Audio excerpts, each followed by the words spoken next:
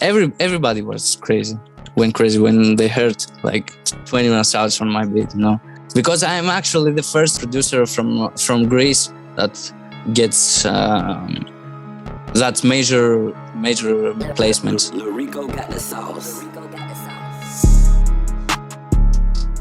Yeah, another Media Mayhem interview. I'm John Cotter, and I got a producer here today who is well known in Chicago, but little do we know, or little did I know, he's from all the way across the globe. So can you just give me a little introduction to yourself, please, before we get into things? What's going on, guys? It's Lil Riico. I'm from Greece. I make beats like for many Chicago artists. I'm 24 years old. So I guess jumping right in, like automatically, I kind of, you know, I saw either you commented or reposted the Matt Vega interview, and I was like, I knew your producer tag because like I'd heard Slide and other Duck songs and stuff like that, and I was like, oh my god, it's him. But I figured you were in Chicago, and I was like, yeah, so like, you know, pull up to the studio, we'll do an interview. And you're like, no, I'm actually I think you were like, I'm in Greece. I'm like, whoa. So I guess right off the bat, what was your introduction into the Chicago trap drill scene? Was it fully production, or were you listening to it? What was that like? Let me get it from the start. When I started to like make beats, inspired from Chicago music. Once Lil Jojo have killed, you know him probably. I found that like in a forum about him, and I was like, man, that's music go crazy, you know. And I heard afterwards like Swag Dinero, his brother Lil Mister. I found out Chief Keef, and I was like, man, I want to be like these guys. No, but I knew like I can rap. So I found out Young Chop on the beat. Shout out Young Chop. So I started making beats, bro. Like, you know. But that time, Chief Keef blew up, and I knew like he will never rap on my beats, you know, because he was like famous, and I was like so newbie on that music career. And I kept working, bro. I was like working every day, making beats, watching some tutorials from YouTube, watching Southside Cooking with Lex Luger, some videos, you know. And I was like, man, that was inspiring me like too much, you know. And I kept going. That's like definitely like kind of the rooted journey for a lot of producers, is like hearing a sound that you're like, I want to be a part of that. And like, you're like, okay, I can't rap, but you know, I can produce. This is something I can do. Something that I'm curious about is like, how did you get your way into the industry, but more specifically like the Chicago scene, because you are so far away. So how'd you make that work? It was like, I was like in high school.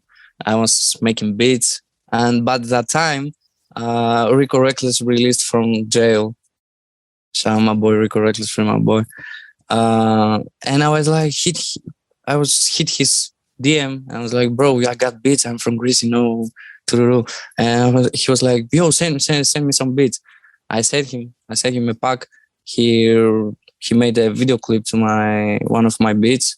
I was like, man, I was so hyped because, you know, like it was crazy for me because I was from Europe, especially that I was listening to his music way before I started make beats. Like afterwards, I started working with Lil Mister, R.I.P. Lil Mister, Swag Dinero. Like I told you, bro, this day, 6 years ago, FBG Duck hit me up on Instagram. He was like, I need beats like this. The beat he was commented on my Instagram page. It was the beat from his song Bullshit. And I sent him this beat. He made a video clip, and you know, the rest is history, you know. Like we kept working every day. Like I was hyped as fuck, bro, because I know Duck really could blow up. You said 6 years ago today, and that's kind of a yeah, exactly this day, exactly. Wow. that's just kind of like circumstantial, I Yes. guess, for like the interview's sake of like we didn't plan the six, like we didn't plan the Yeah, six, yeah. but We it just didn't kind of plan it happened. But because John told me like we could make it December 2nd, but I couldn't make it, so we did it today. like That's let's do it crazy, bro. today. Let's do it, man.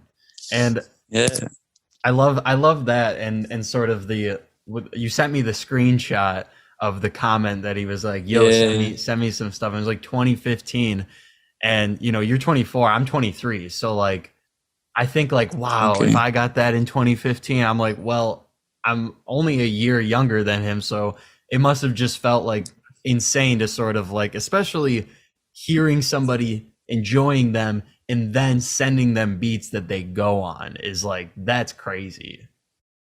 Like that. So Hell yeah. is that, does that feeling ever get old for you, or was that first time just like the coolest? I don't know, bro. Like sometimes I'm like I'm thinking like, did you really make that some songs with FBG Duck, because he's really legendary right now, and I'm proud of myself. Like it's crazy for me. Yeah, I'm and always getting hyped from that, you know. I would be too. I get hyped every time I drop a new interview. It's in a Yes. different fashion, but I do feel that. And so you've clearly like you built up the repertoire with the Chicago drill scene by working with artists, and then it Yeah. becomes like a snowballing effect of people know your sound now. So with that being said, Facts. kind Facts. of describe the placement process for or the process for not only producing Slide but sort of getting that song to Duck and the trajectory of it. I was working by that time like in a Greek restaurant here in Germany, because I moved in Germany. I was working in that restaurant as a barman. You know, I was putting the drinks and all that stuff. And now after my work, I was coming home and making beats. You know, like late night. I didn't even have no speakers, you know, monitors and all that stuff. I just had my laptop and my headphones, beats headphones, you know. And I was like making beats, and I just sent him a pack, and he released that song Slide in his mixtape. I don't remember exactly what mixtape it was, but he did release it as a mixtape, and I was like, okay, yeah, it's a regular track, you know. I didn't even give it like, you know, specially, um how can I say it? Like I a didn't give special it listen. You didn't know per se. yeah, Blow to up. that song. Yeah, to that song. It was like a regular song for me, you know. But like three months or 2 months later, he dropped a video clip to that song, and I was like crazy, because he was like with all that guns, you know, and I was hyped as fuck, you know. And every Instagram pages was posting that, and it had like 1 million views in 1 week, something like that. And I was like, that's it, bro. And afterwards, I left my job to go in military in Greece. You know, I have to because every male in Greece have to serve 9 months me in military in army. You know, and I told them in my job, it's like my last job. I'm not gonna work anymore, because I knew Slide is blowing up, so I don't have to work anymore. And you know, everything blew up. But that time I was in army, I couldn't do many stuff. No, I didn't have my laptop. That's what the shitty part. Definitely. When you got out of like the army, like I didn't know, I guess that you had to, or every male has to do at least 9 months of military service. Did you feel more motivated coming out, and did you like things like that? Were you like, oh, all this pent up Yeah, sort of, yeah, like what was that yeah, like? because I was like, I didn't make beats for 9 months, but most definitely. Yeah, I was hyped. I wanted to. I was thinking to drop out because you had the choice to leave army, but I didn't want it because in 2 years I will. I was needing to go back and serve the rest of my military serving. And I was like, nah, I'm gonna do it right now, so I'm gonna be free. So it was crazy, bro. It was crazy. Because the shitty part is like I was in army and all these labels was hitting me up to send beats like for NBA Youngboy, Lil Skies, and all the rappers, but I didn't have any fresh beats, to send them. I was like, man, I'm fucked up. Wow. Yeah, that's and sometimes you just have to deal with the cards you have in the certain situations that you're in. I was just going to say, kind of going back a little bit to the Duck stuff, and also in relation to what you were just saying, it seems like you're not only living your own life and dealing with the stuff you have to deal with overseas, but you're doing that while also maintaining a career that kind of fully depends on people across the globe in Chicago. Exactly. Did you feel that sort of pressure, and did it like maybe push you to maybe work with more local artists just for that convenience? It was more easier to work with FBG Duck because he already knew my beats, my style. I knew his style, so it was easy to work with him. And afterwards, I worked with any Chicago local rappers. Everybody was hitting me up. It was like easy for me, nothing special, but with FBG Duck, it was easy as fuck because, like I said, he knew my style. I knew his style. I knew what he wanted to rap, like his style, his vibes and all that. Obviously, 21 Savage hopped on the remix, and when he did, that was even like for me, I was like, oh my god, like this is really big for Chicago. Like this is essentially, to me, bro, it was crazy. It's like, to me, it looks like the biggest possible placement. They're not only reposting it, resharing it. No, they're hopping on the song to say, I like this guy. Yeah, he has a future in this game. What was going through your mind when you heard that remix, and did you know, bro, on it?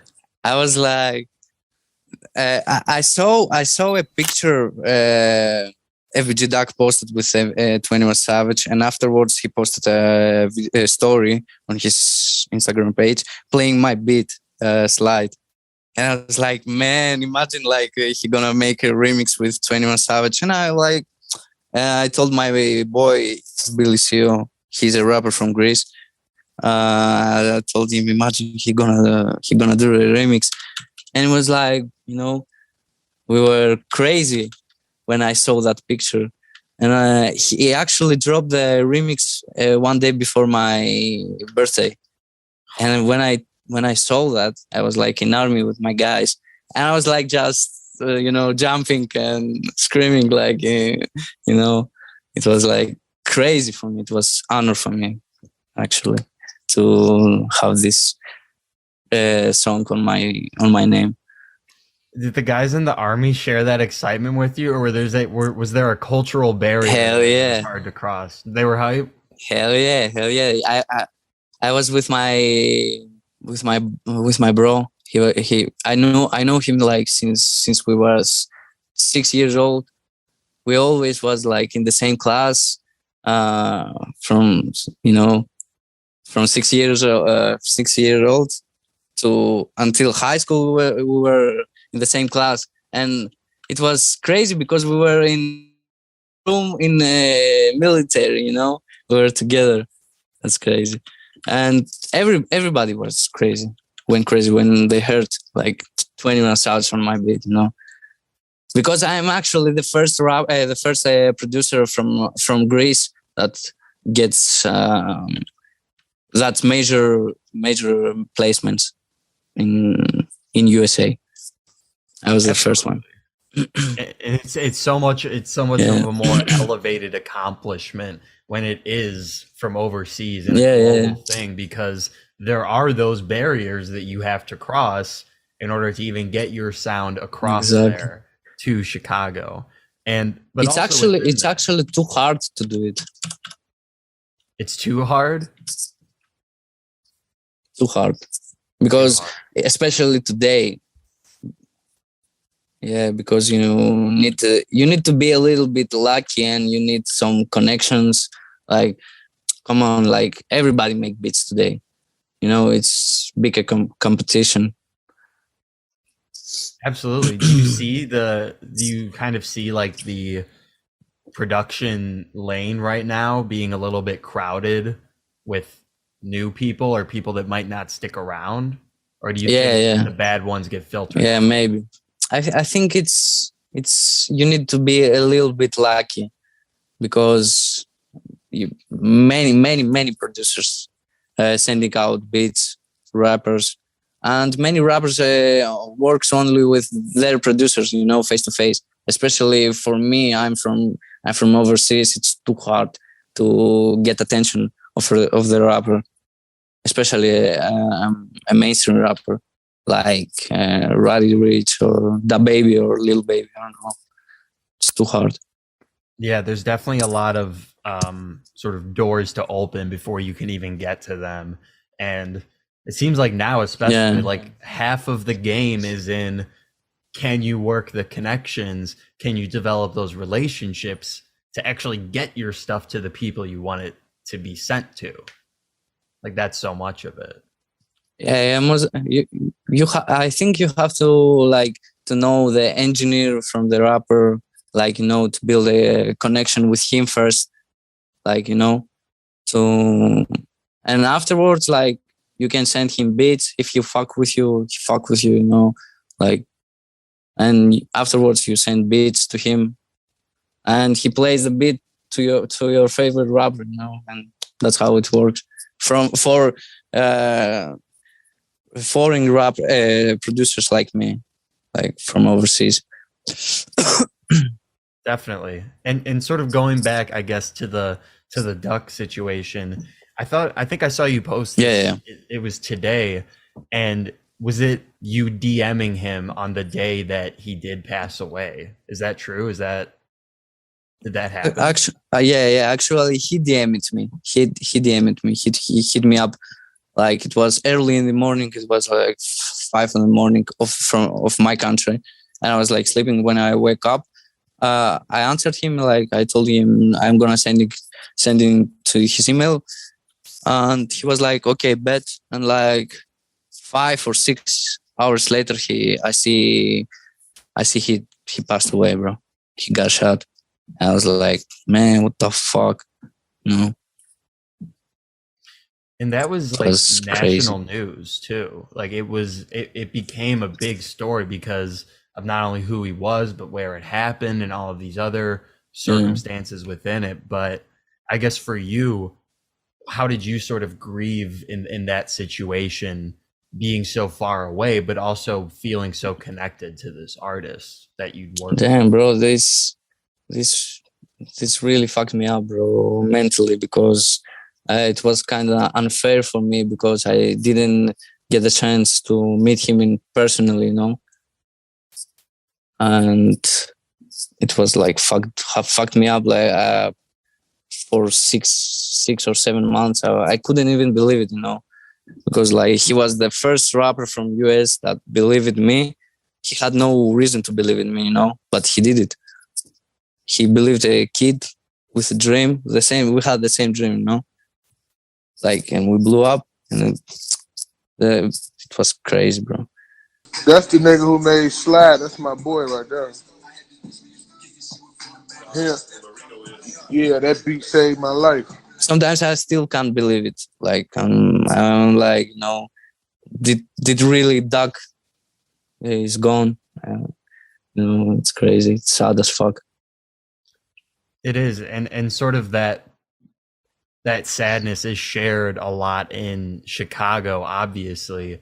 But I think for you, what's so interesting and specific is you share that what we have here, but you are obviously where you are so far away, and maybe Yeah. there's probably not that community support for this artist that there is in Chicago. So I understand how that could be, and well, was very difficult to reckon with.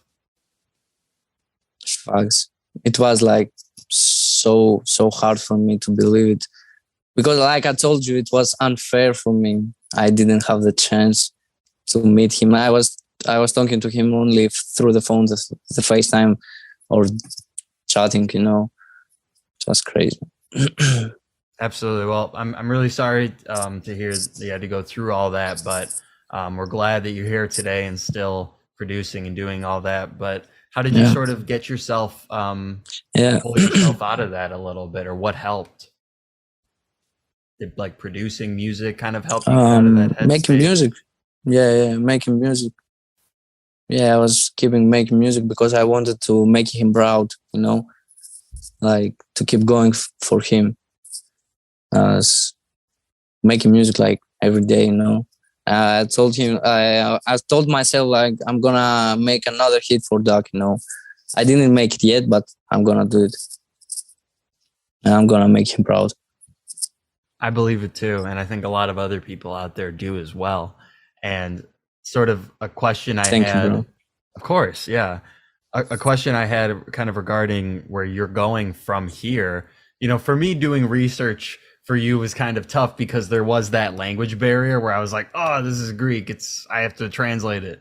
But I guess also that was interesting and also cool to me because I was like, okay, I don't really know where he's going next. What's up for him next? So what are you leaning towards? Is there anything projects you have coming up, or like what do you have that's exciting and approaching? Yeah, I have a song with Queen K from Chicago, and we have a big song. I guess, I hope, like it will go well.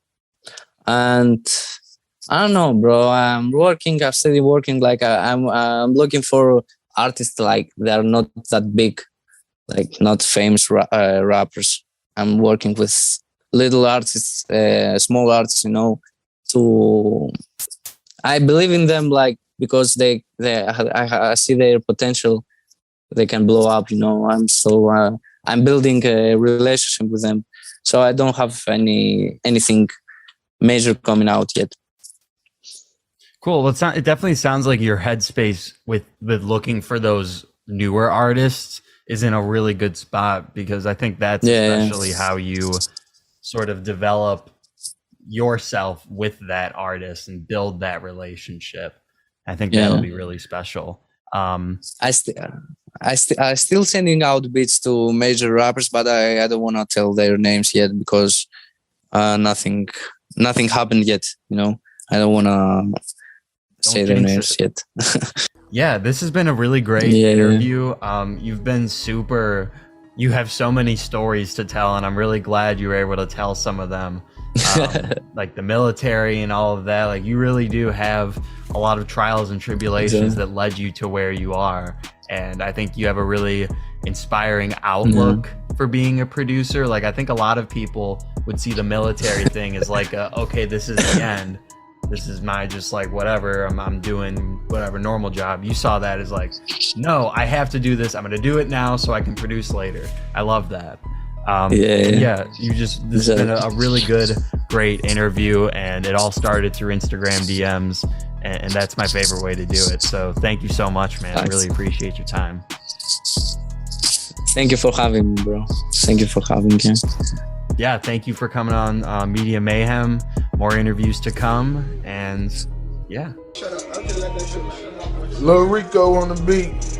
You went crazy on that shit too, bro. That's Yeah.